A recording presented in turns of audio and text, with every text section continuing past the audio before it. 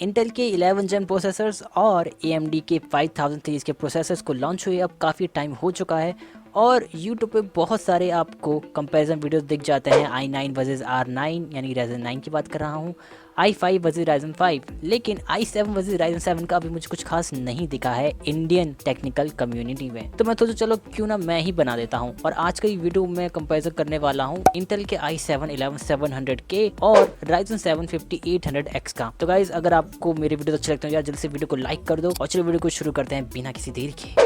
अगर मैं बात करूं i7 11700K के बारे में तो इसके अंदर भी आपको 8 कोर और 16 थ्रेड मिलते हैं जो आपको i9 11900K में भी मिलते हैं। बेसिकली इसका जो कोड नेम बताया जा रहा है 11 जनरेशन का वो है रॉकेट लेक। ये जो 11 जेन के प्रोसेसर्स हैं ये साइप्रस कोव आर्किटेक्चर के ऊपर बेस्ड है, फिर से वही 40 नैनोमीटर के प्रोसेस नोड है इनका। इस प्रोसेसर की जो TDP है वो 95 वॉट्स की बताई जा रही है।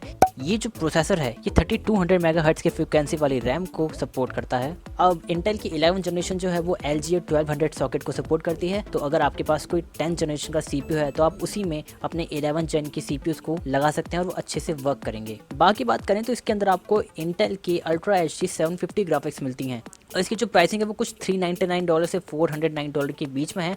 तो आप ये लगा सकते हैं कि 40,000 से थोड़ा कम में ही मिलेगा आपको ये प्रोसेसर। जो दूसरा प्रोसेसर है वो है Ryzen 7 5800X। इसके अंदर भी आपको 8 कोर 16 थ्रेड मिलते हैं। ये Zen 3 आर्किटेक्चर के ऊपर बेस है, 7 नैनोमीटर की प्रोसेस नोड के ऊपर बेस है। ये भी 3.8 से लेके 4.7 गीगाहर्ट्ज इसकी क्लॉक स्पीड जाती है। इसकी TDP 105 वॉट्स है जो थोड़ी सी ज्यादा है इंटेल के i7 से, और ये भी 3200 मेगाहर्ट्ज तक की फ्रीक्वेंसी वाली रैम को सपोर्ट करता है और ये हमेशा की तरह AM4 सॉकेट पे कंपैटिबल है। इसकी जो प्राइसिंग है वो 39,300 बताई जा रही है AMD के ऑफिशियल वेबसाइट पे। तो आप ये सोच सकते हैं कि ये थोड़ा सा महंगा है i7 11700K के मुकाबले, लेकिन हाँ इसमें आपको वही बात है कि इंटेल की इंटीग्रेटेड ग्राफिक्स जैसे मिलती थी इंटेल के प्रोसेसर में, इसमें आपको कोई इंटीग्रेटेड ग्राफिक्स नहीं मिलती।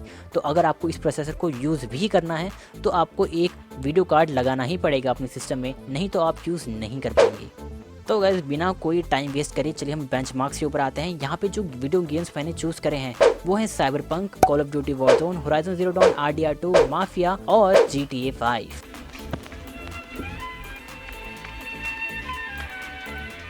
अगर मैं इंटेल के i7 11700K की बात करूं तो इसमें आपको एवरेज मिलता है 142 का और इसमें 1% है 100 प्लस और 0.1% है 60 प्लस FPS।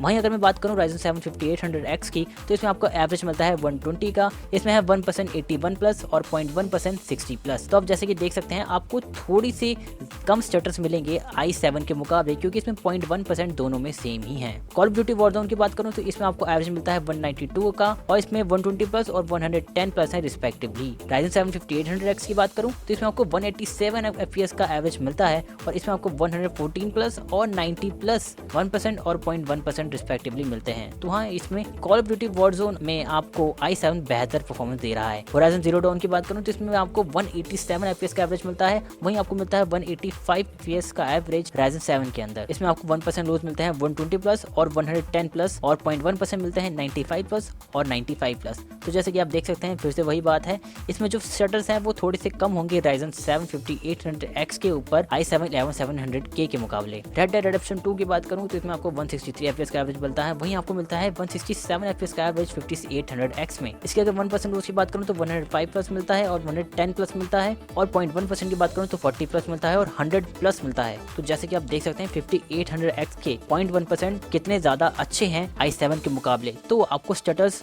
बहुत ही कम बिल्कुल ना के बराबर मिलेंगे 5800X में, वहीं i7 के अंदर आपको थोड़े देखने को मिल सकते हैं। आगे बात करते हैं जो कि है माफिया डिफिनिटिव एडिशन। इसमें आपको मिलता है 177 का एवरेज और 167 का एवरेज 5800X के ऊपर। इसमें 1% लॉस की बात करूं तो वो है आपको 110 प्लस और 100 प्लस रिस्पेक्टिवली, और 0.1% की बात करूं तो इसमें है 80 प्लस और 80 प्लस रिस्पेक्टिवली। फिर से वही बात है 0.1% लॉस बहुत बेहतर है Ryzen 7 5800X के ऊपर बजाय i7 11700K के मुकाबले। अगर मैं GTA 5 की बात करूं तो इसमें आपको i7 के अंदर मिलता है 137 FPS का एवरेज और 5800X के अंदर आपको मिलता है 139 FPS का एवरेज। वही 1% रोज आपको मिलता है 99.7 FPS और 95.7 FPS और 0.1% रोज इसमें आपको मिलता है 86 और 88.3। तो जैसा कि आप देख सकते हैं इसमें थोड़ा सा बेटर है आपका 5800X। हालांकि जो डिफरेंस है वो एकदम नेग्लिजिबल है, आप बिल्कुल भी डिफरेंस कैच नहीं कर सकते दोनों प्रोसेसर के अंदर। लेकिन गाइस सिर्फ गेमिंग बेंचमार्क से बात नहीं बनती, यहाँ पे हमने कुछ प्रोडक्टिविटी एप्लीकेशंस को भी चला के देखा और उससे हमने पता लगाया कि कौन सा प्रोसेसर ज्यादा बेटर है। तो एक मामूली सा लोगो हमने रेंडर करवाया ब्लेंडर के अंदर और उसमें हमें i7 11700K के अंदर लगते हैं 18.7 मिनट्स और Ryzen 7 5800X के अंदर हमें मिलते हैं 16.3 मिनट्स। आपको 5800X कम टाइम में रेंडर करके दे रहा है, जो कि i9 10900K से भी बेटर है। अगली जो एप्लीकेशन थी वो थी Adobe Premiere Pro CC 2021 और इसमें बहुत सारे टेस्ट हमने करे और उसमें एक ओवरऑल स्कोर हमने दिया है जो कि है i7 11700K के ऊपर 767 का और Ryzen 7 5800X के अंदर 844.5 का। तो जैसे कि आप देख सकते हैं यहाँ पे भी Ryzen 7 बेटर है ओवर i7 11700K। लेकिन कमाल की बात यह है कि वो i9 10900K से भी बेटर है, जो कि इससे थोड़ा सा महंगा आता है। अगली जो एप्लीकेशन में चलाई थी वो थी Adobe Photoshop CC 2021।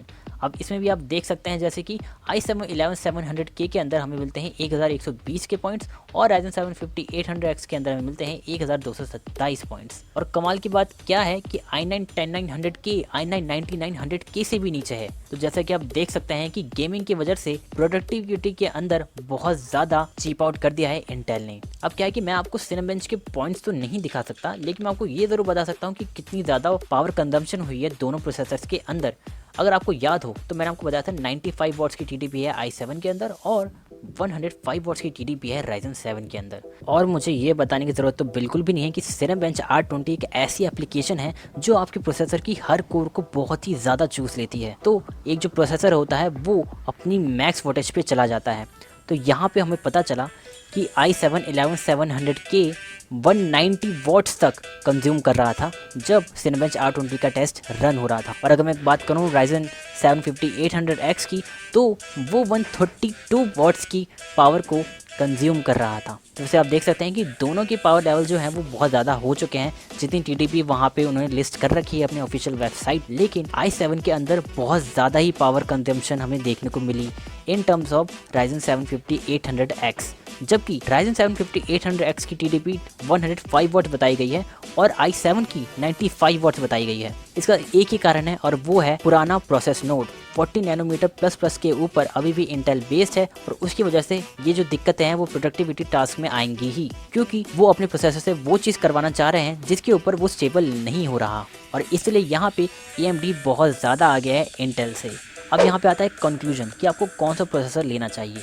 देखिए अगर मैं बात करूँ वीडियो गेम्स तो 1080 पिक्सल हाई सेटिंग्स पे आपको एकदम नेग्लिजिबल फ़र्क दिख रहा था दोनों प्रोसेसर के अंदर, और जितना आप ऊपर जाएंगे उतना ही ये फ़र्क ख़त्म हो जाएगा। और अगर आप ऐसा प्रोसेसर ले रहे हैं तो सच्ची कहूँ तो मुझे लगता है कि आप 1440 पिक्सल की गेमिंग करना चाहेंगे, और अगर आप 1080 पिक्सल हाई सेटिंग्स पे भी करते हैं तो भी मुझे नहीं लगता कि आपको इतना ज़्यादा FPS डिफरेंस मिल जाएगा जिसकी वजह से आपको इंटेल का प्रोसेसर लेना पड़े। जी हाँ, क्योंकि इंटेल के जो बेंचमार्क्स हैं वो थोड़े से बेटर हैं Ryzen 7 से।